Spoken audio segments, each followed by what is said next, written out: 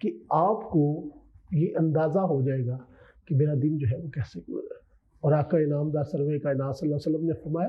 ہلاک ہو گیا وہ شخص جس کا آج اس کے گزرے ہوئے کل سے بہتر نہیں۔ اب آپ اندازہ لگائیے کہ آقا انعامدار سرور کائنات صلی اللہ علیہ وآلہ وسلم کا ویژن کتنا بڑا تھا۔ صرف ایک حدیث کو آپ دیکھ لیں تو آپ کی زندگی میں تبدیلی آنی جو ہے وہ شروع ہو جائے گی۔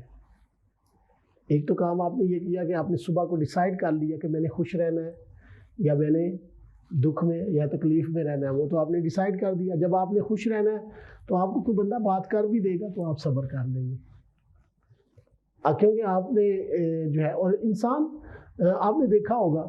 کہ جب غصے میں انسان ہوتا ہے تو سب سے زیادہ وہ تکلیف اپنے آپ کو پہنچاتا ہے۔ غصے میں جب انسان ہوتا ہے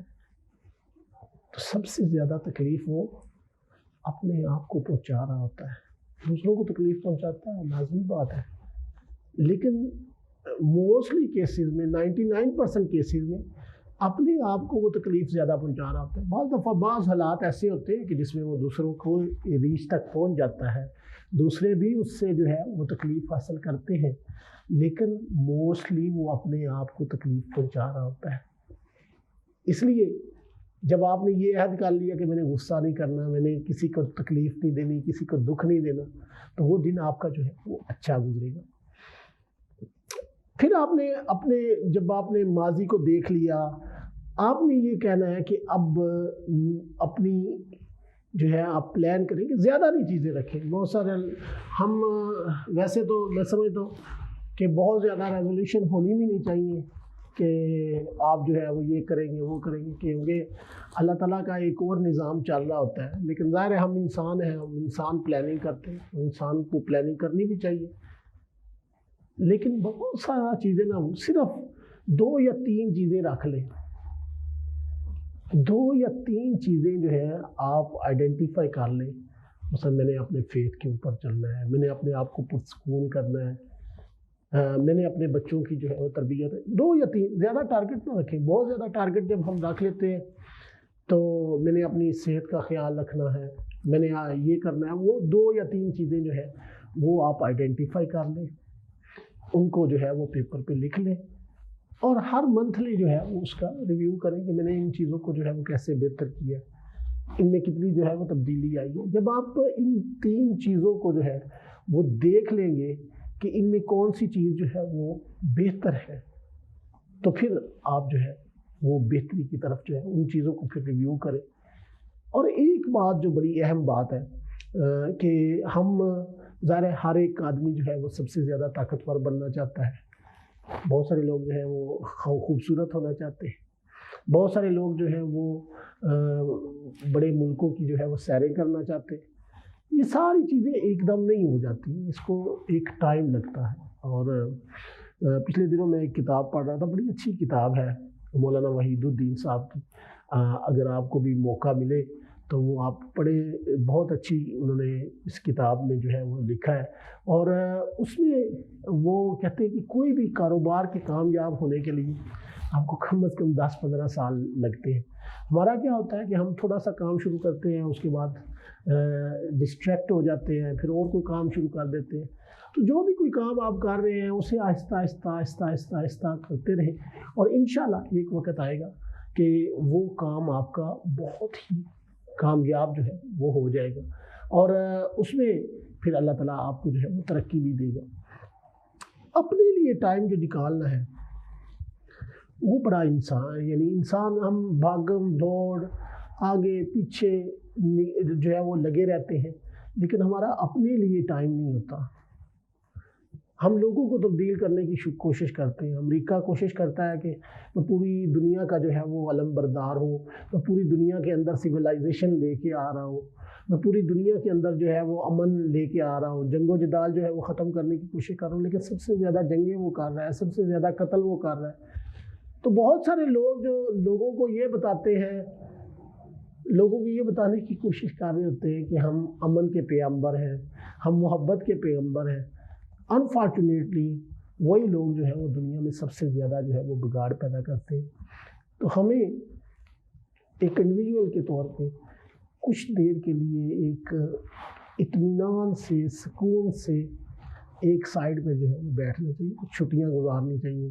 جہاں انسان کو اکیلا رہ کے احساس ہو کہ میں کیا کر رہا ہوں۔ اور آپ نے دیکھا ہوگا کہ جتنے بڑے بزرگ ہیں وہ مراقبہ کرتے ہیں، وہ آقا انعامدار سرور کائنات صلی اللہ علیہ وآلہ وسلم جو ہے وہ ایک غار میں جو ہے وہ چلے جاتے تھے، وہاں پہ بیٹھ جاتے تھے، وہاں پہ وہ احتساب کرتے تھے، محاسبہ کرتے تھے، یا جو بھی انہوں نے فیوچر میں کرنا ہے، اپنے آپ کو تھوڑا سا ٹائم دیں جہاں پہ آپ صرف اکیلے ہوں، آپ اپنے اکیلے سے جو ہے وہ محبت کرنا شروع کر دیں۔ میں کئی دفعہ اس بات کو سوچتا ہوں کہ جب آپ اکیلے ہوں اور آپ کو سکون نہیں آ رہا تو اس کا مطلب ہے کہ آپ کسی بیڈ کمپنی میں ہیں، اس کا مطلب ہے کہ آپ کی اپنے اندر جو ہے وہ تبدیلی کی جو ہے وہ ضرورت ہے۔ آپ اپنی کمپنی کو انجوائے کرنا شروع کریں، آپ کے سامنے ایک ٹارگٹ ہونا چاہیے، ایک پرپز آف لائف ہونا چاہیے۔ جب آپ کے سامنے وہ پرپز آف لائف ہوگا تو آپ اپنی کمپنی کو انجوائے کریں گے، آپ اپنے اندر سے جو ہے وہ چیزوں کو تلاش کرنے کی کوشش کریں گے، اور آپ کے اندر جو صلاحیتیں ہیں